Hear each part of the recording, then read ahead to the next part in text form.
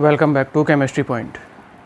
Video शुरू करने से पहले जो स्टूडेंट्स नए हैं वो चैनल को सब्सक्राइब कर लेवें और वीडियो को लाइक और शेयर करना ना भूलें। सेकंड वन बेटा, आपको वीडियो जो है वो कंप्लीट देखना है। आप वीडियो को कंप्लीट देखेंगे तो ही इसमें दिया हुआ आपको स्टडी मटेरियल वो समझ में आएगा। और किसी भी चीज़ को समझना सबसे इम्पोर्टेंट मानता हूँ मैं। अगर वो चीज़ समझ में आती है तो उससे रिलेटेड अपन जितनी भी चीज़ें वो आसानी से सोल्व कर सकते हैं। क्लियर है?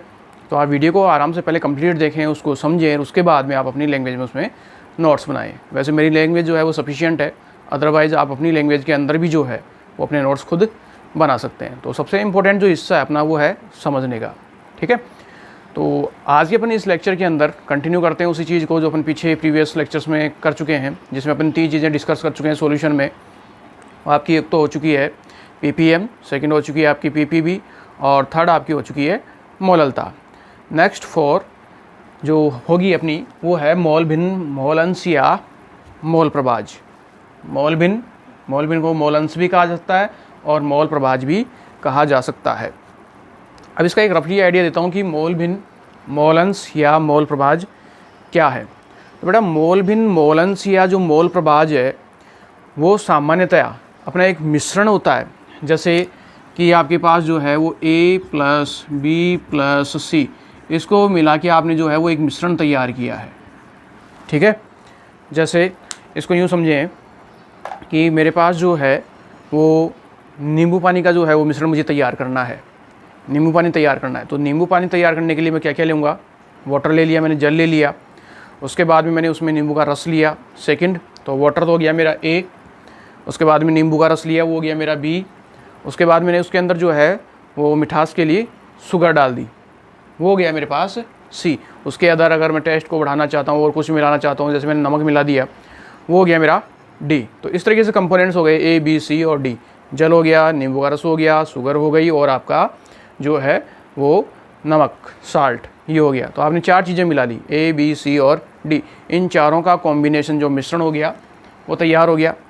अब इस मिश्रण में जो आपने मिश्रण तैयार कर लिया, अब इस मिश्रण में आपके A के अवयव कितने हैं, यानी आपने A की मात्रा कितनी ली, आपने जल के मोल कितने लिए, आपने B नींबू का रस उसके कितने मोल मिलाए, C आपने उसके कितने मोल मिलाए, D आपने उसके कितने मोल मिलाए। तो उस पूरे मिश्रण में उन सब का हिस्सा कितना है, प्रत्येक का हिस्सा कितना है, प्रत्येक का हिस्सा निकालना है। वो कहलाता है मोलंश या मोल प्रभाज या मोल भिन्न। प्रत्येक का हिस्सा निकालना, प्रत्येक के मोलों की संख्या ज्ञात करना। दिया हुआ तो कोई दिक्कत नहीं, उसका अंश निकालना, पूरे मिश्रण में से उसका अंश निकालना कि पूरा उस मिश्रण में से उसका अंश कितना है, उसकी मात्रा कितनी है, वो कहलाता है मोल भिन्न, मोलंश या मोल प्रभाज। ठीक है, तो इसको यूँ परिभाषित कर सकते हैं कि किसी मिश्रण में, एक मिश्रण में किसी अवयव का मोलंश, एक मिश्रण में, एक मिश्रण लिया, एक मिश्रण में किसी अवयव का मोलंश, अवयव क्या है A, B, C और D, X, Y, Z जो भी आप जितना भी लेना चाहते हो, मोलंश। ठीक है, सॉरी क्या था, एक मिश्रण में किसी अवयव का मोलंश उस अवयव के, ठीक है, उस अवयव के मोल और उस अवयव के मोल और उस मिश्रण में उपस्थित, आ रहा समझ में, उस मिश्रण में उपस्थित कुल मोलों की संख्या का अनुपात होता है। उस मिश्रण में उपस्थित कुल मोलों की संख्या का अनुपात होता है।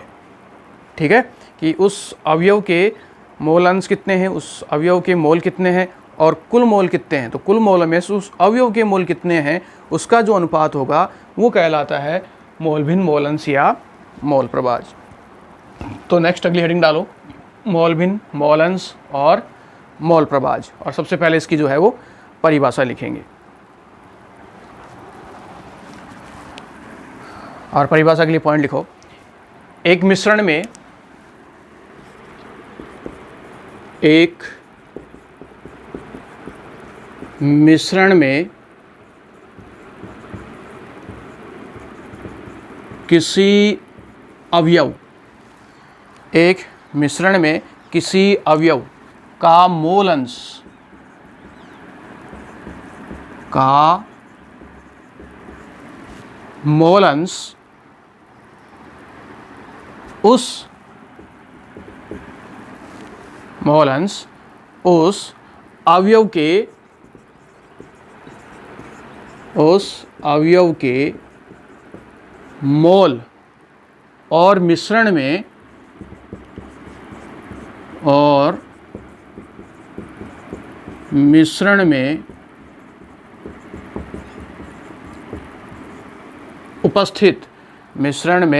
उपस्थित कुल मौलों की संख्या के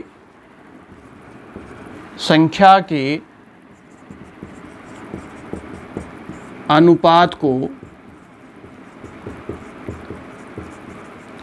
कहती हैं।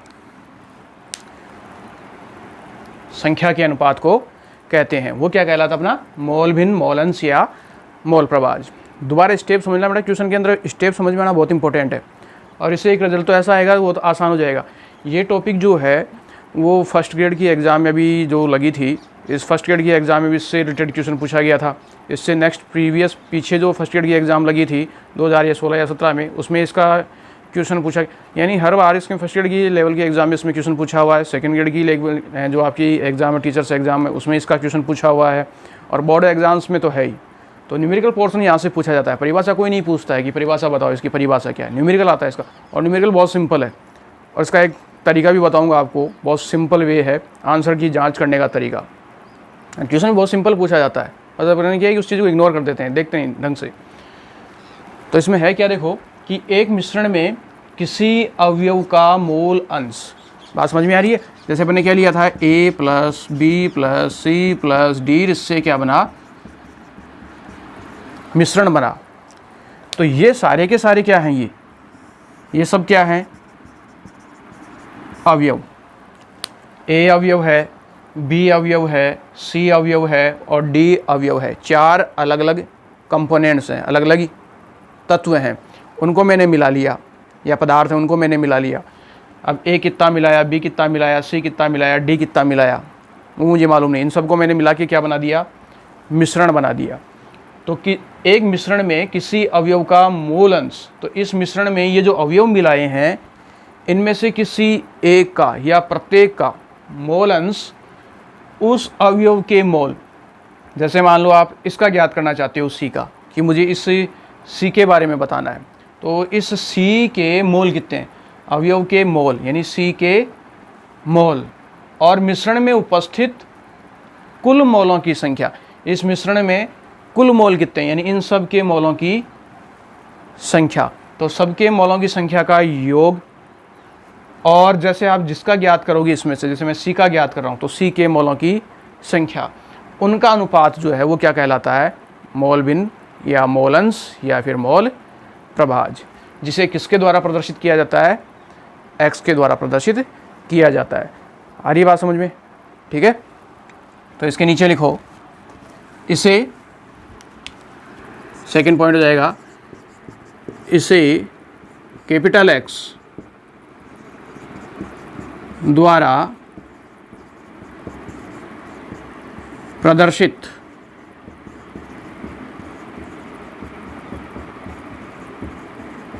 किया जाता है। इसे कैपिटल X द्वारा प्रदर्शित किया जाता है। ठीक है, इसी के नीचे अर्थार्थ। अब अर्थार्थ से है कि ये जो मैंने परिभाषा दी है, ये जो परिभाषा दी हुई है, इस परिभाषा को अपन फॉर्मूले के रूप में लेंगे, क्योंकि एग्जाम में अपने को फॉर्मूला कहाँ मिलना है। तो इस पूरी परिभाषा को एक फॉर्मूले के रूप में प्रदर्शित किया जा सकता है। तो फॉर्मूला कैसे बनाओगे? इसमें क्या दिया हुआ कि एक मिश्रण में किसी अवयव का मोल अंश, तो अपने को क्या निकालना है? किसी अवयव का मोल अंश। यहाँ से फॉर्मूला बनेगा, मुझे ये चीज़ निकालनी है। तो यहाँ था हो जाएगा किसी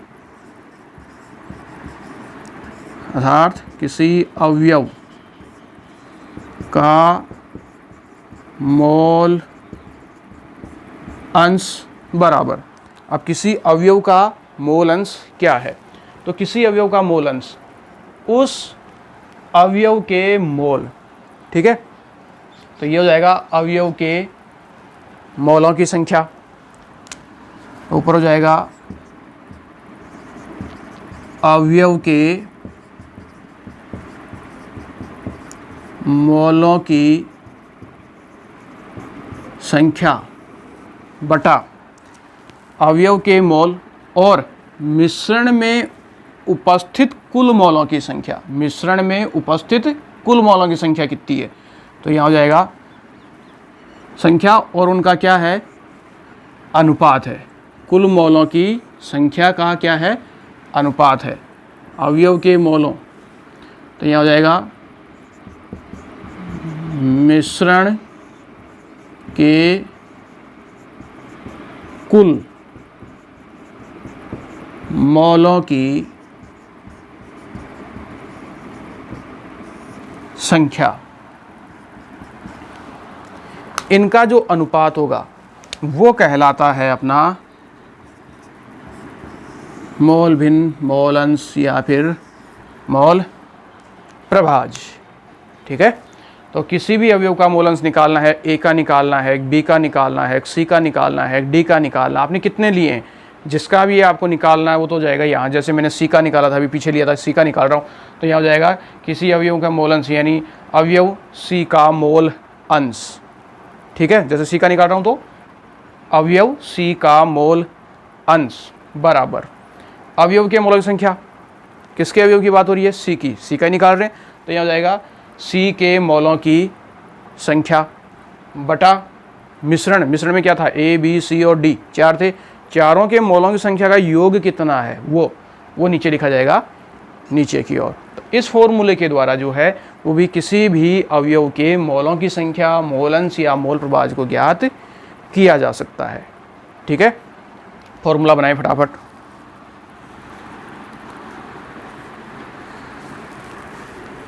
इसी में जो है वो आगे जैसे एक मिश्रण को लेकर समझेंगे इसे, और वहाँ से कुछ निष्कर्ष ज्ञात होंगे। वो निष्कर्ष ही जो है वो फर्स्ट ग्रेड की एग्ज़ाम्स में और सेकंड ग्रेड की एग्ज़ाम्स के अंदर पूछा जाता है और पूछा हुआ भी है। पिछले प्रीवियस ईयर में देखूँ तो 2-4 ईयर्स के अंदर ये क्वेश्चन काफ़ी पूछा हुआ है इस मोल भिन्न, मोल अंश या मोल प्रभाज का। ठीक है, बना लिया होगा ये। तो फॉर्मूला ध्यान रखना, अपनी नोटबुक के अंदर देखते जाना जब क्वेश्चन इसके सोल्व हों, तो अपन यही फॉर्मूला काम में लेंगे। यहाँ शब्दों के ध्यान रखने, मोल अंश है, यहाँ मोल दिया हुआ है, यहाँ मोल दिया हुआ है, इन शब्दों को मैं काम में लूँगा। तो इसके लिए देखा जाए तो जो सीधी स्थिति है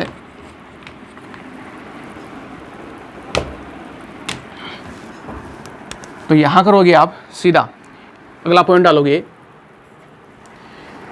एक द्विअंगी मिश्रण में यदि, पहले समझ लेना इस चीज़ को बेटा, उसके बाद में लिखना, यदि एक द्विअंगी मिश्रण में दो अवयव, एक द्विअंगी मिश्रण है उसमें दो अवयव ए व बी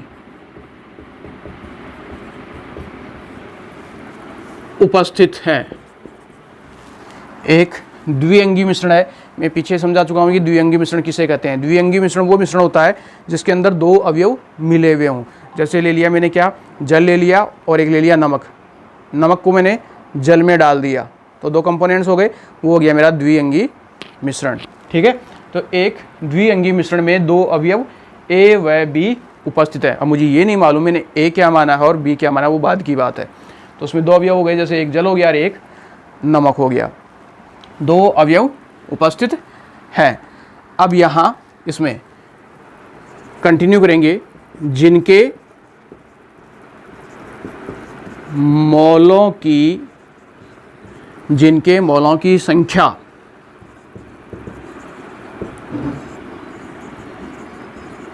क्रमशः, अब ये है मोलों की संख्या क्रमशः Na व Nb है। तो मोल जो है, अवयव A के मोलों की संख्या कितनी है Na, और अवयव B इसके मोलों की संख्या कितनी है Nb। तो उनके मोलों की संख्या हो गई Na और Nb। यदि इनके मोल अंश। अब बात किसकी हो रही है?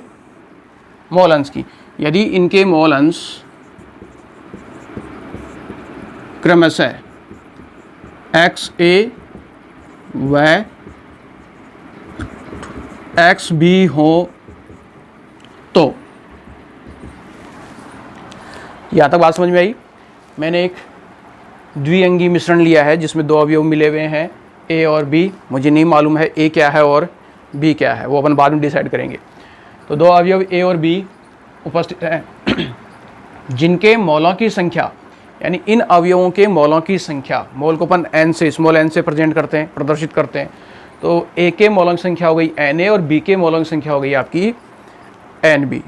ठीक, अब इन अवयवों के मोलंश, A और B के मोलंश की बात की जाए तो इन अवयवों के मोलंश क्रमशः A के मोलों के मोलंश, A का जो है अवयव A का मोलंश क्या होगा? XA, और अवयव B का मोलंश क्या हो जाएगा? XB। हो तो, यहाँ तक हो गया। अब हो तो अब क्या करना है मुझे? प्रत्येक अवयव का, दो अवयव थे A और B, अब प्रत्येक अवयव का मुझे जो है वो मोलंश निकालना है। अब यहाँ से अपना फॉर्मूला शुरू होता है।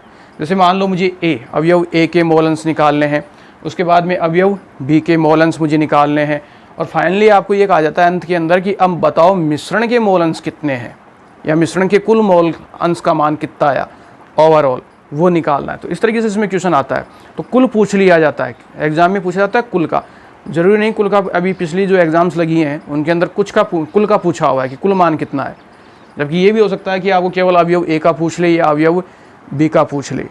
ठीक है, तो आपको सारी चीज़ आनी चाहिए, अपनी इस डेरिवेशन में आ जाएगी, डेरिवेशन समझ में आ जाना चाहिए, सिंपल है। इस डेरिवेशन से क्वेश्चन उठ के आते हैं।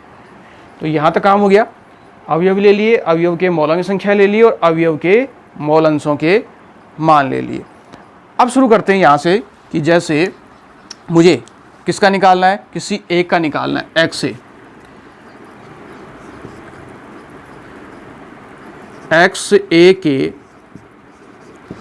XA के मोल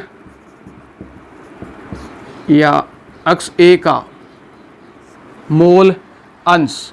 तो XA का मोल अंश कितना होगा? तो जो परिभाषा थी, उस परिभाषा में जो अपने फॉर्मूला बनाया था, उस फॉर्मूले में आओ। फॉर्मूले में क्या दिया था? अवयव के मोलों की संख्या बटा मिश्रण के कुल मोलों की संख्या, यही था फॉर्मूला। तो अवयव इस X के मोलों की संख्या क्या है? Na बटा मिश्रण क्या है? A और B, इन दोनों के मोलों की संख्या का योग। तो Na प्लस Nb, तो Na प्लस Nb। तो ये तो हो गया आपका, ये वाला Na प्लस Nb तो हो गया आपका कुल मोलों की संख्या, यानी इस द्विअंगी मिश्रण के कुल मोलों की संख्या तो हो गई ये। और किसका निकाल रहा हूँ? XA का निकाल रहा हूँ, तो जिसका निकाल रहा हूँ उसके मोलों की संख्या ऊपर की ओर। जैसे XA का निकाल रहा हूँ तो उसके मोलों की संख्या ऊपर की ओर। ठीक इस तरीके, इसको मान लिया मैंने समीकरण नंबर 1। ठीक इसी तरीके से XB का मोल अंश, ठीक है, या अवयव B का मोल अंश, इसे आप ये भी कर सकते हो XA की जगह अवयव A का मोल अंश XA। इसे कर सकते हो आप अवयव B का मोल अंश XB। अब आप XB इसका मोल अंश निकाल रहे हैं तो इसके मोलों की संख्या ऊपर की ओर, और B के मोलों की संख्या है NB, ये हो गया NB बटा वो कुल मोलों की संख्या Na प्लस NB। ये हो गई मेरे पास समीकरण नंबर 2। यहाँ तक का काम समझ में आ गया होगा। अवयव के मोलों की संख्या बटा कुल मोलों की संख्या, अवयव के मोलों की संख्या बटा कुल मोलों की संख्या। मैंने तो यहाँ 2 लिए थे, अगर आपको 5 दिए हुए हों तो जैसे मान लो A, B, C और D, 4 दिए हुए A, B, C और D, तो A, B का निकाल लिया, ऐसे C का निकाल लोगे तो यहाँ हो जाएगा NC। 4 दिए हुए हो तो यहाँ पे बढ़ जाएगा A plus B plus C plus D, कुल का हो जाएगा। यहाँ चारों लिखे जाएंगे, जिसका निकालना उसको ऊपर लिखना है। 5 हैं, मिश्रण में 5 दिए हुए हैं, जिसका निकालना उसको ऊपर लिखना है। यहाँ पे वो पाँचों के मोलों की संख्या लिखी जाएगी, Na + Nb + Nc Nd Ne, इस तरीके से। तो कुल नीचे रखना है, जिसका ज्ञात करना है उसको ऊपर रखना है। ठीक है, तो ये अपना पहला पोर्शन हो गया, उसके मोलों की संख्या। अब यहाँ से जो स्टार्ट शुरू होता है वो है ये Na। n बराबर क्या है, n जो है वो है मोलों की संख्या। तो अब मोल क्या होता है, सबसे बड़ी बात है कि मोल क्या है। जैसे A के मोलों की संख्या क्या है, मुझे ये निकालनी कि A के मोल कितने हैं। तो यहाँ A के मोलों की संख्या, A के मोलों की संख्या निकालनी है। तो मोल, ये मैं पीछे मोललता में बता चुका हूँ। मोललता में मैंने क्या बोला था, मोल होता है ग्राम बटा अणुभार, जो भी अवयव है उसकी ग्राम में मात्रा बटा जो आपने विलय लिया है, जो अवयव लिया है उसका अणुभार। तो यहाँ जो है वो ग्राम में मात्रा, ग्राम में मात्रा को किसके द्वारा दर्शाया जाता है, W से, और अणुभार को दर्शाया जाता है MW से। ठीक है, तो ये होता है कि ग्राम में मात्रा, और ये हो गया आपका अणुभार। अब ये ग्राम में मात्रा किसकी है, आप किसका निकाल रहे हो, A का निकाल रहे हो, तो ग्राम में मात्रा A की निकाल रहे हो तो ये हो जाएगा WA। मॉलिक्यूलर वेट, आप अणुभार किसका निकाल रहे हो, A का निकाल रहे हो, तो ये हो जाएगा MWA। ये मान कहलाता है आपका क्या, Na। ये आपकी हो गई Na की वैल्यू, Na का मान। ठीक है, समझ में आ गया, यहाँ तक का पोर्शन। इसको मैं रब करूँगा तो एक एक स्टेप बड़े आराम से समझते जाना इसमें। तो ये हो गई A के मोलों की संख्या, मैंने Na का मान निकाल लिया, Na का मान कितना है। अब इसी तरीके से मैं किसका निकालूंगा, Nb का निकालूंगा।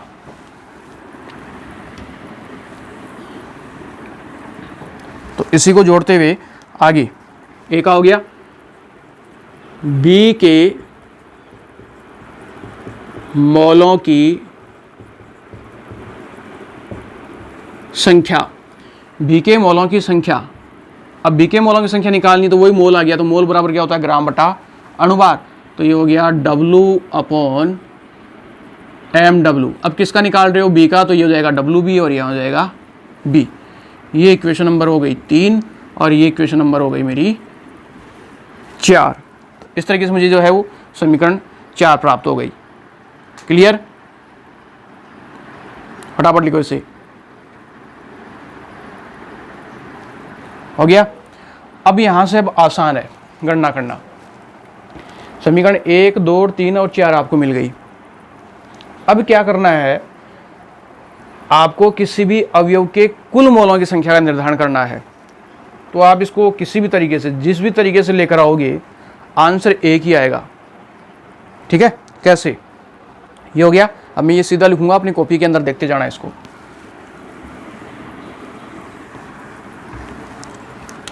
क्योंकि मिश्रण या विलयन का कुल मोल अंश, इधर आएगा नहीं, इसको थोड़ा यहाँ से लेते हैं। मिश्रण या विलयन का कुल मोल अंश बराबर होता है विलय का मोल अंश प्लस विलायक का मोल अंश। विलय का मोल अंश प्लस विलायक का मोल अंश। तो इस पूरी लैंग्वेज को, क्योंकि विलयन जो है वो किससे मिलके बनता है, विलय और विलायक से। अपन पढ़ रहे हैं मोल अंश, तो विलयन का कुल मोल कितना है, मोल अंश कितना है वो, या उसका मोल प्रभाव है वो कितना है, और विलय, उसमें विलय का मोल अंश कितना है और उसमें विलायक का मोल अंश कितना है, उनका योग विलयन का कुल मोल अंश हो गया। तो इस लैंग्वेज को मैंने कर दिया, विलयन को मान लिया मैंने x कुल, विलयन के कुल मोलन्स को मैंने मान लिया x कुल, इस पूरी लैंग्वेज को मान लिया मैंने x कुल, बराबर विलय का मोलन्स, ये हो गया मेरा, मान लिया मेरा विलय जो है वो है a, मैंने माना है a के मोलन्स प्लस xb विलय के मोलन्स, x से क्या है विलय के मोलन्स और xb क्या है विलय के मोलन्स। ये हो गई मेरे पास समीकरण नंबर 5। अब आंसर निकालो x a और xb। अब x a और xb इनके मान अभी आपने पीछे निकाले कि x a का मान, आपके x a के मोलन्स का मान कितना है और xb का मोलन्स का मान कितना है, यानी समीकरण नंबर 1 और समीकरण नंबर 2। तो आप यहाँ लिखोगे समीकरण 1 व 2 के मान, यानी x a और xb के मान समीकरण 5 में रखने पर, जब आप समीकरण 5 में इसके मान को रखोगे तो इनके मान को रखो तो x कुल बराबर हो गया आपका, x a का मान क्या था na बटा na plus nb plus xb का मान क्या है nb बटा na प्लस nb। हो गया, क्लियर है, कोई दिक्कत नहीं। चलो आगे बढ़ते हैं इसमें, इसी को अब मैं ये आंसर यहाँ से भी निकाल सकता हूँ, लेकिन बेटा न्यूमेरिकल्स जो आते हैं आंसर यहाँ से निकाला जा सकता है, लेकिन न्यूमेरिकल्स जो आता है वो पूरा आता है डिटेल में, तो इसको मैं पूरा डिटेल में समझा रहा हूँ इस चीज़ को, क्योंकि क्वेश्चन वहीं से पुटअप होते हैं, फिर समझ में नहीं आता कि कहाँ से आ गया। अब x कुल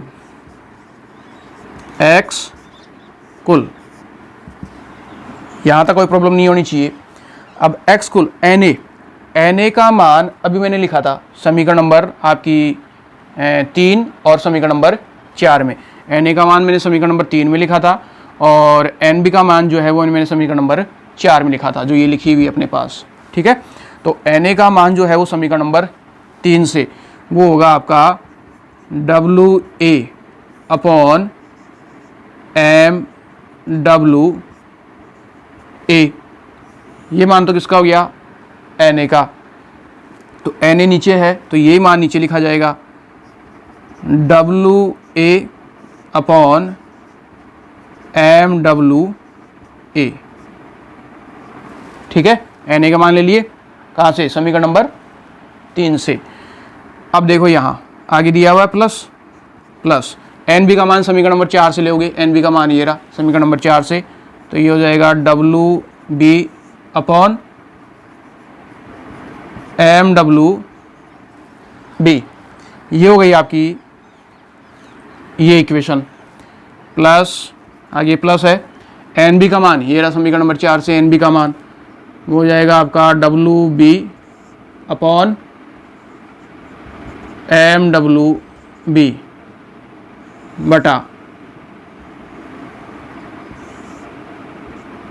b, na प्लस nb, तो ये रहा na प्लस nb का भी जो लिखाई, ये मान आपको वापस ऐसे लिखना है, तो ये हो जाएगा आपका WA बटा MWA प्लस WB बटा MWB, ये आपका मान हो गया रखने पर। तो na और nb के मान आपने रख लिए, ठीक है, कोई दिक्कत नहीं। अब आगे इस इक्वेशन का आप लघुत्तम ले, लेसर ले, इसका लघुत्तम ले, बटा में है, तो देखो ये राशि जिसको यूँ समझो गणित में कि अगर आपके पास 4/5 प्लस 2/5 हो, कोई राशि x है, ऐसे समझो, ये रब काम है, लिखना नहीं है, 4/5 और 2/5 है, नीचे इधर भी 5 है इधर भी 5 है, तो लैसे क्या आएगा, जब समान राशि हो तो लैसे क्या आता है 5 ही आएगा, समान है तब। तो इधर भी na प्लस nb है, इधर भी na प्लस nb है, na प्लस nb का मान ये रहा और na प्लस nb का मान ये रहा, दोनों मान क्या है समान है तो लय से क्या आएगा, ये राशि ही आएगी। ठीक है, तो यहाँ इस जगह क्या लोगे, इस जगह वैल्यू हो जाएगी आपकी x कुल बराबर लघुत्तम हो गया ये वाला, तो लघुत्तम लिया मैंने, वो ले लिया WA बटा MWA प्लस WB बटा MWB, ये मेरा लघुत्तम हो गया। इनमें से लघुत्तम में एक बार ही लिखा जाता है, ये हो गया। अब क्या करना है, इस राशि का भाग आप इसमें दोगे तो ये और ये समान है, तो जब समान का भाग 5 का भाग आप 5 में दोगे तो 5 एकम 5, एक बार जाएगा, तो आंसर क्या आया 1। तो ऐसे ही इसका भाग इसमें दोगे, समान दोनों समान है तो समान का भाग समान में लगता है, 5 का भाग 5 में दो, 4 का भाग 4 में दो, 2 का भाग 2 में दो, तो समान का भाग जब भी समान में लगता है तो आंसर कितना आता है 1। ठीक है, तो इसका भाग इसमें देने पर आया 1, उस 1 को किससे गुणा करोगे, इस राशि से, तो इस राशि से गुणा करोगे, 1 को जिससे भी गुणा किया जाता है तो आंसर वही आता है। जैसे 2 को 1 से गुणा किया तो 2, 3 को 1 से गुणा किया तो 3, तो 1 से गुणा करोगे तो आंसर यही मिलेगा। तो ये मान हो गया WA बटा MWA,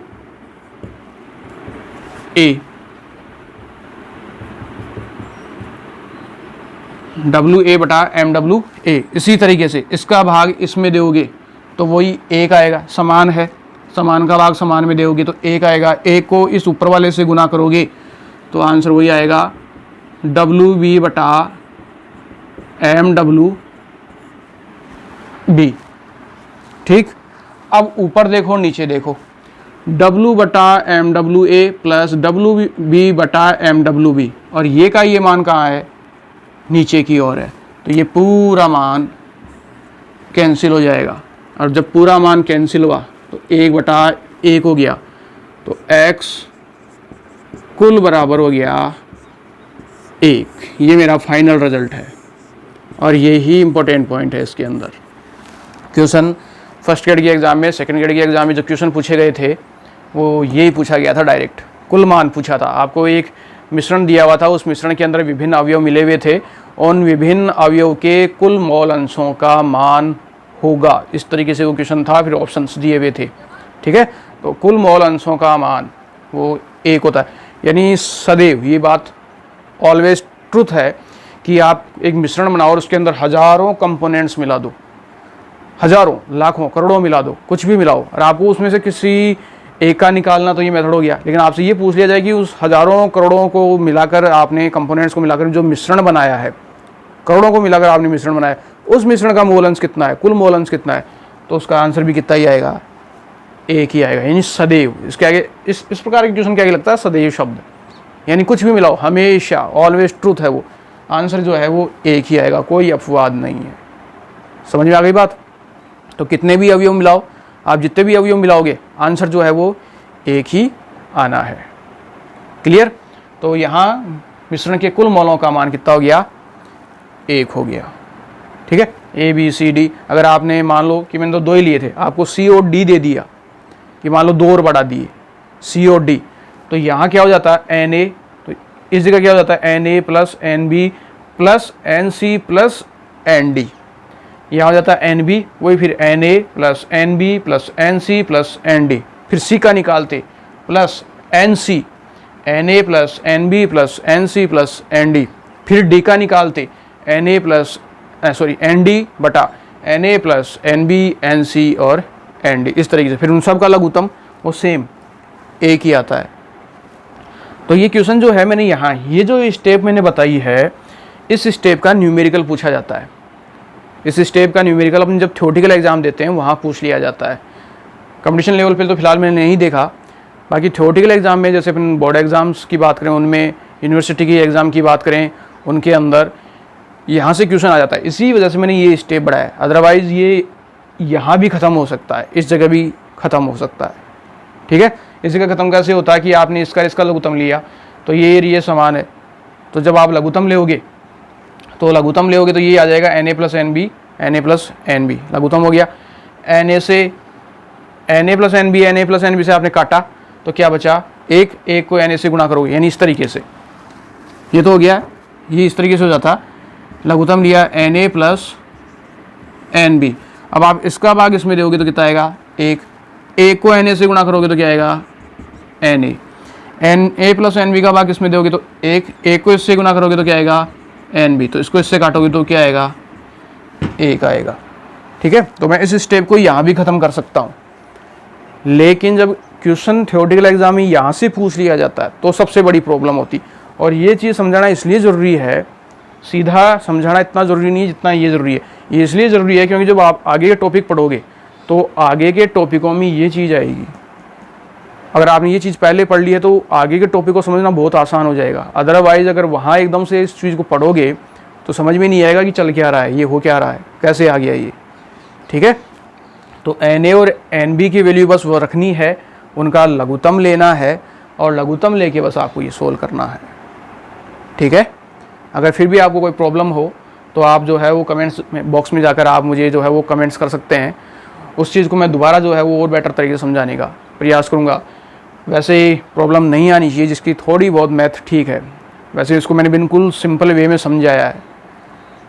अगर आप रट्टाफिकेशन में चलोगे तो फिर सोल्व नहीं होगा, क्योंकि ये चीज़ आगे बारी बारी से आएगी, आपको इस पूरे चैप्टर में पढ़ने को मिलेगी इस तरह की स्टेप। न्यूमेरिकल्स भी आपको इसको पढ़ने के मिलेंगे, न्यूमेरिकल्स भी इसके पूछे हुए हैं, तो बहुत ज़रूरी है। तभी मैं बारी बारी से कहता हूँ कि वीडियो बिल्कुल आराम से समझा करो, बैठ के देख के समझा करो, लेक्चर में क्या दिया हुआ, क्या समझाया हुआ है। और जो लिखने की आदत डालेगा उसका तो कोई समाधान है नहीं, इसलिए बारी बारी से ये बात कहनी पड़ती है मुझे।